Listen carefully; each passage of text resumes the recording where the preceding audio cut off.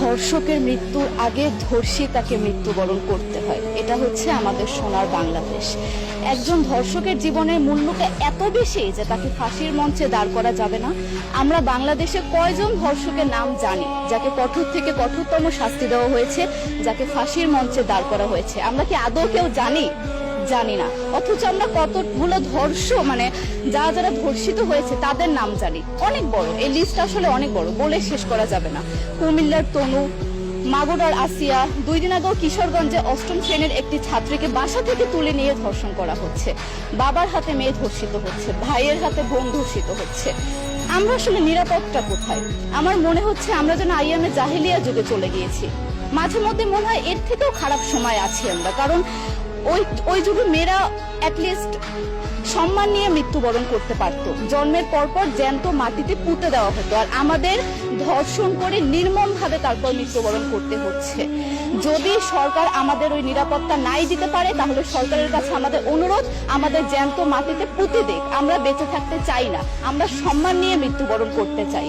আমরা এই দেশে থাকতে চাই না যে এই দেশে আমাদের কোনো নিরাপত্তা নেই, যে এই দেশে রাস্তা দিয়ে হাঁটলে আমাদের মধ্যে একটা আতঙ্ক কাজ করে, তখন কি না কি হয়ে যায়। আইন উপদেষ্টা বললেন যে ধর্ষকের নাকি ফাঁসি দেওয়া সম্ভব হবে না, তাহলে নাকি নিরীহ মানুষকেও মাঝে মধ্যে ফাঁসিয়ে দিয়ে ফাঁসির ব্যবস্থা করা, মিথ্যা মামলায় ফাঁসিয়ে দিয়ে ফাঁসির ব্যবস্থা করা হতে পারে। আইন উপদেষ্টার কাছে আমার প্রশ্ন, আল্লাহ না করুক আজকে যদি আপনার কাছের কেউ, আপনার বোন অথবা আপনার স্ত্রী অথবা আপনার মেয়ের সাথে যদি এরকম কোনো কিছু হতো, আপনি কি আসলে এটা বলতে পারতেন যে না, ধর্ষককে ফাঁসি দেওয়া যাবে না? কোনোদিনও পারতেন না। আপনি সবার আগে তার ফাঁসির ব্যবস্থা করতেন, সম্ভব হলে নিজের হাতে মেরে ফেলতেন। তাহলে আমাদের বেলায় কেন এত বৈষম্য? আমরা কি দোষ করেছি? আমরা কি নারী না? আমরাও তো কারো বোন, আমরাও তো কোনো বাবার সন্তান, আমাদেরও তো বেঁচে থাকার অধিকার আছে, তাই না? কিছু হলে মেয়েদের পোশাকের দোষ দেওয়া হয়। আমার কাছে প্রশ্ন, একটা 8 বছরের শিশুর মধ্যে এরকম কি থাকতে পারে যেটা একটা পুরুষকে অ্যাট্রাক্ট করবে, যেটা একটা পুরুষকে সিরিয়াস করবে?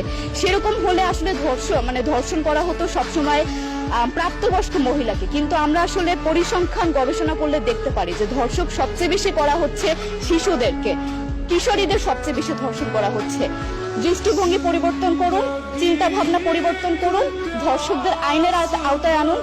যদি আইন উপদেষ্টা অথবা প্রশাসন যদি ধর্ষকদের শাস্তির ব্যবস্থা না করতে পারে, আমাদের হাতে তুলে দেন, আমরা নিজেদের হাতে শাস্তি দিয়ে দিতে পারবো। এই সাহস আমাদের মধ্যে আছে।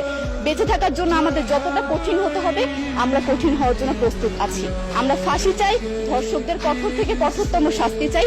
যতদিন না পর্যন্ত ফাঁসি দেওয়া হবে, যতদিন না পর্যন্ত ধর্ষকদের শাস্তির ব্যবস্থা করা হবে, আমরা আমাদের আন্দোলন অব্যাহত